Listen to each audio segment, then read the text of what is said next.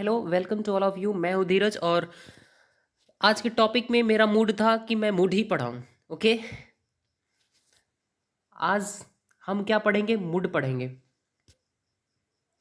तो मूड तो सभी को पता ही होगा कि इट इंडिकेट्स द मूड और इंटेंशन ऑफ द स्पीकर। ये स्पीकर का इरादा या मूड को दर्शाता है। किस चीज़ को? स्पीकर के इरादा या इंटेंशन को या मूड को इंडिकेट करता है। और ये तीन तरीके का होता है। मूड तीन तरीके का होगा। There are three moods in English. English में तीन मूड्स होते हैं। पहला होगा इंडिकेटिव मूड, ओके। दूसरा होगा इम्पेरेटिव मूड और तीसरा होगा सब्जेंक्टिव मूड। और वो भी सब्जेंक्टिव मूड को फर्दर दो हिस्सों में बांटा गया है। ओके, सारी चीज़ों को एक वन बाय वन क्लियर कर लेते हैं और आने वाले एग्जाम्स में, क्योंकि हमें कुछ अलग ही कर गुजरना है। ओके, इंडिकेटिव मोड तीन तरीके का होगा। पहला फैक्ट, दूसरा ओपिनियन और तीसरा क्वेश्चन। फैक्ट हमेशा ही यूनिवर्सल ट्रूथ के बारे में बात करेगा। जैसे the sun is a star, okay, the moon is a star. तो इस तरीके से यूनिवर्सल ट्रूथ के बारे में बात करने के लिए इंडिकेटिव मूड में हम फैक्ट के बारे में बात करते हैं। वो फैक्ट हमेशा किसको शो करेगा? यूनिवर्सल ट्रूथ को शो करेगा। ओके, इंडिकेटिव मूड में दूसरा पार्ट है क्या? ये पहला हुआ फैक्ट, दूसरा हुआ ओपिनियन। ओपिनियन हमेशा ही किस चीज़ के बारे में बात करेगा? हम डिस्क्रिप्शन देगा। जैसे कि you seem confused, you seem disconcerted, you seem bewildered. Okay, कोई भी एग्जांपल ले सकते हैं। इसमें तो दिया है यू सिम कन्फ्यूज्ड। हम दूसरा एग्जांपल ले सकते हैं कि you seem disconcerted, you seem bewildered, you seem perplexed. Okay, तो इस तरीके के वर्ड्स को हम यूज़ कर सकते हैं। तीसरा है क्वेश्चन। इंडिकेटिव मोड में क्वेश्चन आता है, जैसे कि इज इट रेनिंग, क्या बारिश हो रही है।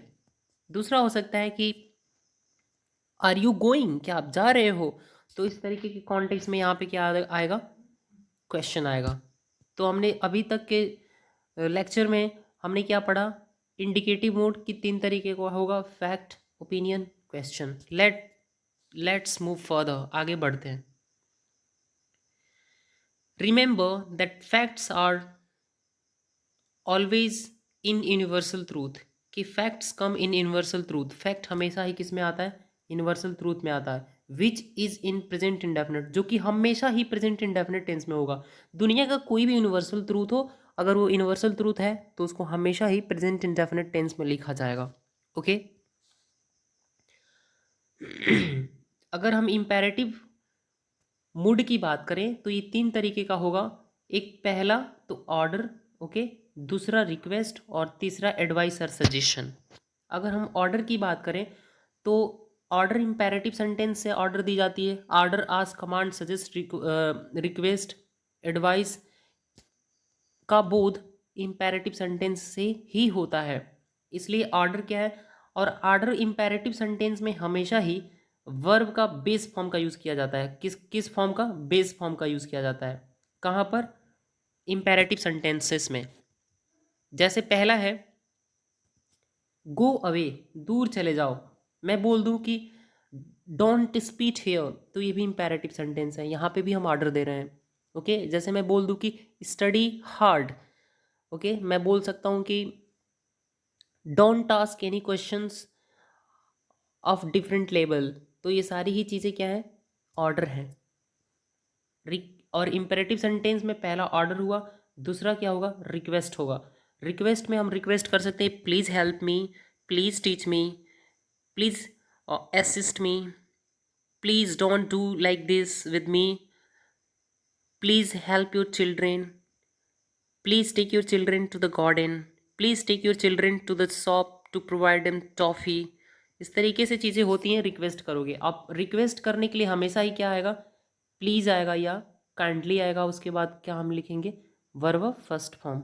ओके, नेक्स्ट आगे बढ़ते हैं एडवाइस और सजेशन पे। तो इम्पेरेटिव मूड में जो थर्ड आता है क्या होगा? एडवाइस और सजेशन। हम वहाँ पे एडवाइस या सजेशन दे रहे होंगे। Like take medicine on time, दवाई समय से लो, यानी कि समय पर लो। मैंने पिछले वीडियो में बताया था आपको प्रेपोजिशन के सेशन में कि इन टाइम का अर्थ होता है क्या? यानी कि बिफोर टाइम, और ऑन टाइम का अर्थ होता है क्या, एग्जैक्ट टाइम पर, ठीक समय पर।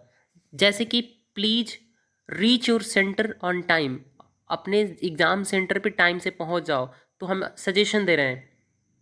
जैसे बोलूँगा कि bind your copies before the allotted time, यानी कि अलॉटेड टाइम से पहले अपनी कॉपीज़ को बाइंड कर लो, बांध लो। तो वहाँ पे हम एडवाइस और सजेशंस देते हैं। तो भी कौन सा मूड होगा, इम्पेरेटिव मूड होगा, और कौन सा टाइप, तो एडवाइस और सजेशन। Let's proceed further. देखते हैं कैसे मूड किसी नरेशन को प्रभावित करता है, उस पर कैसे नरेशन पे मूड का प्रभाव पड़ता है। ओके, जैसे पहला सेंटेंस है, he said comma, inverted commas के अंदर लिखा गया है बेबीज ड्रिंक मिल्क, पहला स्टेटमेंट है। और बेबीज ड्रिंक मिल्क, ये तो एक यूनिवर्सल ट्रूथ है कि बच्चे दूध पीते हैं। या हम बोल दें कि वी लिव ऑन फूड, हम भोजन पर जीवित रहते हैं, तो ये भी तो एक यूनिवर्सल ट्रूथ है ना। मैं बोल सकता हूँ कि सन इज अ स्टार, ये भी एक यूनिवर्सल ट्रूथ है। तो यूनिवर्सल ट्रूथ को डायरेक्ट स्पीच से इनडायरेक्ट स्पीच बदलते समय टेंसेस में कोई चेंज नहीं होता। हाँ, प्रोनाउन में चेंज होता है, बट टेंसेस में कोई चेंज नहीं आता। यूनिवर्सल ट्रूथ हो गया, हैबिचुअल एक्शन आ गया, रेगुलर एक्शन आ गया। ओके, कोई प्रोवर्ब्स है, कोई ओल्ड सेइंग्स है, कोई इडियम्स या फ्रेजेस है, या टाइम क्लच के बारे में हम बात कर रहे हो, या हम हिस्टोरिकल फैक्ट्स के बारे में बात कर रहे हो, तो ये सारी चीज़ें जो मैं बता रहा हूँ, इनका टेंस नरेशन चेंज करते समय, यानी कि डायरेक्ट से इनडायरेक्ट चेंज करते समय टेंस में कोई परिवर्तन नहीं होता। ओके, नेक्स्ट, जैसे ही इसका हम चेंज करें, ही सेड के सेड के बाद तो कोई ऑब्जेक्ट है नहीं, इसलिए सेड को टोल्ड में चेंज नहीं कर सकते, यानी ही सेड। और ये इन्वर्टेड कॉमास के अंदर अफर्मेटिव सेंटेंस है, तो इन्वर्टेड कॉमास को हटाने के लिए हम कंजंक्शन दैट का यूज़ करेंगे, यानी ही सेड दैट। और बेबीज एक ड्रिंक मिल्क के यूनिवर्सल ट्रूथ है, और यूनिवर्सल ट्रूथ को हम तो इनडायरेक्ट स्पीच में टेंस में चेंजेस नहीं होगा, तो baby said that, he said that babies drink milk, हो गया sentence. No change of tense takes place, मतलब कि टेंस का कोई परिवर्तन नहीं होता if a universal truth is changed into indirect speech, यदि एक यूनिवर्सल ट्रूथ को इनडायरेक्ट स्पीच में चेंज किया जाता है। इस बात तो मैंने पहले ही बता दी आपको। ओके, क्वेश्चन नंबर 2 पे देखते हैं, या एग्जांपल नंबर 2 पे देखते हैं। ही सेड कॉमा और बेबीज, इन्वर्टेड कॉमास के अंदर लिखा है बेबी, और फिर तुरंत यहाँ पे आप देख सकते हो कॉमा का यूज़ किया गया है, फिर बोल रहा है ड्रिंक मिल्क। अब तो ये सेंटेंस इंपैरेटिव सेंटेंस हुआ ना, क्योंकि बेबीज ड्रिंक मिल्क, राम के बाद फिर कॉमा लगा के बोला जाए कि you study Ram comma study hard, तो उसको सजेशन दिया जा रहा है। ओके, राम के बाद ये जो कॉमा लग रहा है वो वोकेटिव केस हो गया, उसको संबोधित किया जा रहा है। ओके, जैसे कि Ravi comma come here, Ravi यहाँ आओ, तो क्या हो गया ये इसको क्या बोलेंगे, वोकेटिव केस बोलेंगे। जब कामा का नाउन के बाद यूज़ कर लिया जाता है, फिर verb first form plus ING का यूज़ करने लगते हैं, तो उसको क्या बोलते हैं, वोकेटिव केस। तो सेंटेंस वो इंपेरेटिव सेंटेंस होता है। He said babies comma drink milk, यानी he ordered the babies to drink milk, ये सेंटेंस कौन सा हुआ, इंपेरेटिव सेंटेंस हुआ। तो इंपेरेटिव सेंटेंस को जब इनडायरेक्ट स्पीच में चेंज करते हैं, तो इन्वर्टेड कॉमास के बदले क्या यूज़ करेंगे, टू अब्लिक नॉट टू में बदल देते हैं। नॉट टू का तो यूज़ तब होता है ना जब सेंटेंस नेगेटिव होता है, लेकिन सेंटेंस ये तो नेगेटिव है नहीं, अफर्मेटिव है, इसलिए केवल टू का प्रयोग कर लेंगे। ओके, तो आपने यहाँ देखा कि एक कामा कैसे सेंटेंस के मूड को चेंज कर देता है।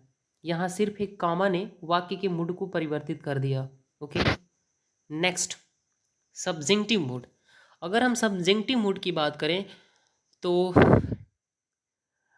स्टूडेंट्स इसको दो हिस्सों में बांटा गया। पहला तो प्रेजेंट सब्जेक्टिव मूड, और दूसरा past subjective mood. Okay, present subjective mood हमेशा ही इनडायरेक्ट ऑर्डर्स, सजेशंस, रिक्वेस्ट और रिक्वायरमेंट एंड एक्सेट्रा के बारे में बात करता है। वो इनडायरेक्ट होता है, वो डायरेक्ट नहीं होता। जैसे मैं बोलूँ कि please get up, please get up, तो ये डायरेक्ट इम्पेरेटिव सेंटेंस है, ये डायरेक्ट इम्पेरेटिव सेंटेंस है। ओके, लेकिन जहाँ पे you get up, you get up, या मैं बोलूँ कि ही गेट अप, तो ही यूज़ कर रहा हूँ मैं, फिर कॉमा लगा के या बिना कॉमा लगाए हुए गेटअप की बात कर रहा हूँ, तो ये इनडायरेक्ट आर्डर या सजेशन हुआ है, यानी कि इसको प्रेजेंट सब्जेक्टिव मूड कहेंगे। ओके। और जहाँ तक बात है पास्ट सब्जेक्टिव मूड की, तो ये अनरियलिस्टिक इमेजिनेशंस या एंड इम्प्रोबेबिलिटीज़ के बारे में बात करता है, ऐसी चीज़ों के बारे में बात करेगा जो कि सपोजिशनल होगा, वो कभी हो ही नहीं सकता। अगर मैं बोलूँ कि यदि मैं प्राइम मिनिस्टर होता तो मैं पूरे वर्ल्ड में हारमोनी और पीस को स्थापित करता। If I were the prime minister of India I would establish peace and harmony in the whole world. तो ये सेंटेंस सपोजिशन है ना, सब अनरियलिस्टिक इमेजिनेशंस है ना, तो अनरियलिस्टिक इमेजिनेशंस या इम्प्रोबेबिलिटीज़ के लिए पास्ट सब्जेक्टिव मूड का यूज़ किया जाता है। आई होप कि आपको ये बात बहुत ही अच्छे क्लियर तरीके से आपके माइंड में बैठी होगी। तो आगे चलते हैं, पास्ट सब्जेक्टिव मूड को पढ़ते हैं। Okay, we use second form except was को छोड़ के हम क्या यूज करते हैं, सेकेंड फॉर्म का यूज करते हैं पास्ट सब्जेक्टिव मूड में। In past subjective mood it expresses improbabilities, ये असंभावनाओं को व्यक्त करता है। ओके, जैसे लिखा है हम सब्जेक्टिव मूड में वर्ब, पास्ट सब्जेक्टिव मूड में वर्ब सेकेंड फॉर्म का प्रयोग करते हैं वाज को छोड़कर, तब यह इम्प्रोबेबिलिटीज को दर्शाता है। जैसे कि मैंने एग्जांपल दिया था कि if I were the prime minister of India, if I were a bird I would fly in the sky. ये बहुत ही कॉमन एग्जांपल है, सारे टीचर्स के द्वारा दिया जाता है। I would better avoid this sentence. Next examples कुछ दे रखा है, एग्जाम्पल से बेटर समझ आएगा। बोल रहा है if I dash you I would beat him black and blue. क्या आपको पता है ये बीट एंड ब्लैक एक इडियम है जिसका मीनिंग होता है अत्यधिक पिटाई करना किसी को। ओके, ये है पास्ट सब्जेक्टिव मूड। तो अनरियलिस्टिक इमेजिनेशंस को बताने के लिए सिंगुलर सब्जेक्ट के साथ भी प्लूरल वर्ब का यूज़ होता है। हालांकि नॉर्मल सेंटेंसेस में आई के साथ क्या आएगा, नॉर्मली वाज ही तो आएगा ना, लेकिन सपोजिशनल सेंटेंस में आई के साथ वाज ना आके क्या आएगा, वर आएगा। ये वाज गलत है और क्या आएगा, वर आएगा। जैसे कि इफ़ आई वर यू, यदि मैं आप होता तो मैं उसे इतने गंदे तरीके से पीटता। ठीक है, नेक्स्ट सेकंड है what would you do if you dash a dinosaur. यदि आप एक डायनासोर को देखते तो आप क्या करते। इस तो सी का सेकंड फॉर्म क्या होगा, शा। सी का सेकंड फॉर्म क्या होगा, शा। ये सी फर्स्ट फॉर्म है, शा सेकंड फॉर्म है, और ये सीन थर्ड फॉर्म है। ओके, और ये सींग वर्ब फोर्थ फॉर्म है, और सीज ये वर्ब फिफ्थ फॉर्म है। तो हमें कौन सी वर्ब लगानी है, सा, वर्ब सेकंड फॉर्म। तो यहाँ पे क्या होगा, सा। यहाँ पे क्या होगा, सा होगा। थर्ड है it is time you dash in bed. अब यहाँ बी का क्या हो जाएगा, सेकंड फॉर्म वाज अब्लिक वर होता है, तो हमें लगाना क्या है, यू के साथ वर। ओके, इसके अलावा मैं बता दूं कि जब कभी भी आपको सेंटेंसेस में दिया गया होगा इट इज़ टाइम, क्या इट इज़ टाइम या इट इज़ हाई टाइम या इट इज़ हाई टाइम या it is about time, it is about time या there is no time, there is no time, अगर ये सारे शब्द आप, ये सारे फ्रेज आपको दिख रहे हैं तो इनके बाद ना दो ही चीज़ों का यूज़ किया जाता है। या इनके बाद अगर सब्जेक्ट आता है तो वर्ब ऑफ सेकेंड फॉर्म का यूज़ करेंगे। अगर इनके बाद सब्जेक्ट आ रहा हो तो सब्जेक्ट के बाद तुरंत वर्ब ऑफ सेकेंड फॉर्म का प्रयोग करते हैं, या तो टू आ रहा हो तो वर्ब ऑफ फर्स्ट फॉर्म का यूज़ कर लेते हैं। ओके, इतनी चीज़ें क्लियर हुई होंगी। एक बार फिर से बता दूं कि it is time, it is high time, it is about time, there is no time के बाद अगर आपको सब्जेक्ट मिल रहा है तो सब्जेक्ट के बाद वर्ब ऑफ सेकेंड फॉर्म का प्रयोग करेंगे, या तो इन सारे वर्ड्स के बाद आपको टू दिख रहा हो तो टू के बाद वर्ब ऑफ फर्स्ट फॉर्म का प्रयोग करते हैं। आई होप कि ये सारी चीज़ें क्लियर हो गई होंगी। तो इट इज़ टाइम के बाद हमें क्या दिख रहा है, सब्जेक्ट। सब्जेक्ट दिख रहा है तो हमें वर्ब ऑफ सेकेंड फॉर्म का यूज़ करना पड़ेगा। और बी वर्ब टू बी, अगर वर्ब टू बी की बात करें तो इसका वर्ब ऑफ फर्स्ट फॉर्म क्या होगा, इज, एम और are.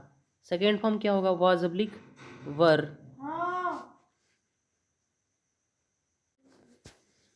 Verb verb to be का सेकेंड फॉर्म क्या होगा, वाज ऑब्लिक वर। अगर थर्ड फॉर्म की बात करें तो क्या होगा, been.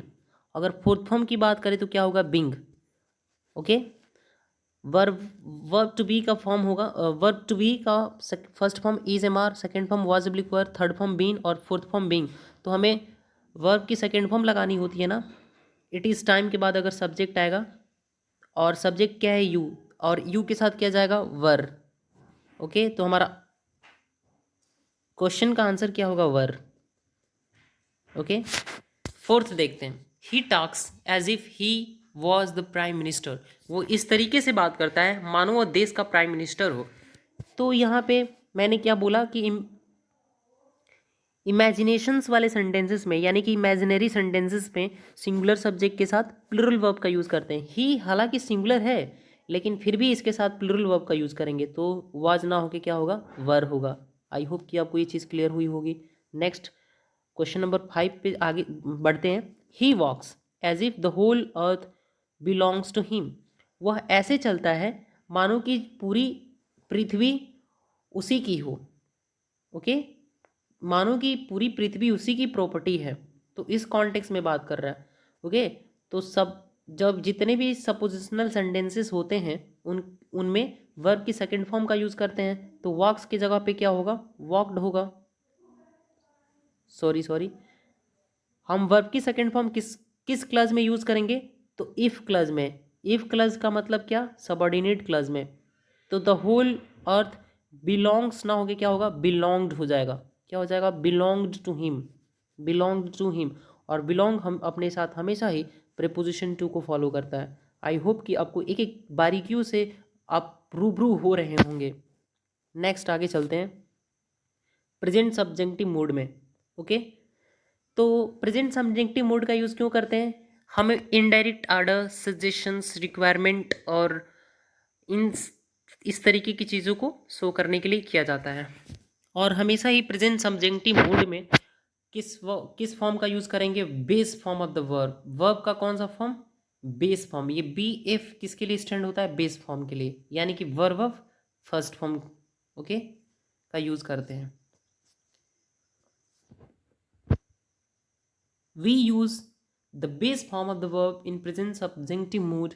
It expresses indirect orders, suggestions, requirements and etc. Okay, Hindi दे रखा है इसका, हम प्रेजेंट सब्जेक्टिव मोड में वर्ब की बेस फॉर्म का प्रयोग करते हैं तब यह इनडायरेक्ट सजेशंस को, ऑर्डर्स को, रिक्वायरमेंट्स को दर्शाता है। ओके, पहला स्टेटमेंट आपके सामने रॉक करता हुआ स्क्रीन पर पहला है, this civil case doesn't require that he is present.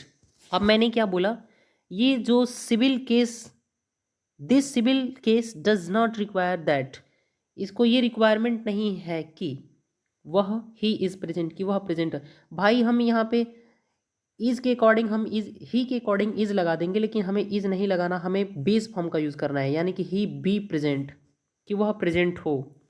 Okay, I hope कि आपको समझ आया होगा इतनी चीज़। नेक्स्ट आगे बढ़ते हैं। इन दिस क्रिमिनल केस, इस क्रिमिनल केस में it is imperative that he remains present in the court. तो यह उसके लिए आवश्यक है, इम्पॉर्टेंट है कि वह कोर्ट में प्रेजेंट रहे। यहाँ पे ही को देखते ही बहुत सारे लोग रिमेन्स देखकर कहेंगे कि सेंटेंस में नो एरर है। भाई ये रिमेन्स ना होके क्या होगा, रिमेन होगा, क्योंकि हमें बेस फॉर्म का यूज़ करना है। क्या, किस फॉर्म का, बेस फॉर्म का। हम इस बेस फॉर्म में ए सब्लिक केस लगा के सिंगुलर नहीं बनाएंगे, सब्जेक्ट अगर सिंगुलर होगा तो हमें कौन सी वर्ब चाहिए, ये एस सिंगुलर वर्ब नहीं चाहिए हमें, तो प्लूरल वर्ब चाहिए। अब प्लूरल वर्ब किस फॉर्म में होता है, वर्ब ऑफ फर्स्ट फॉर्म, हम इसको बोलेंगे क्या, base form. Okay, I hope कितनी सारी चीज़ें क्लियर हुई होंगी आपको। नेक्स्ट आगे बढ़ते हैं। According to a parable, Savitri prayed Savitri prayed to the Almighty that her husband be brought back to life।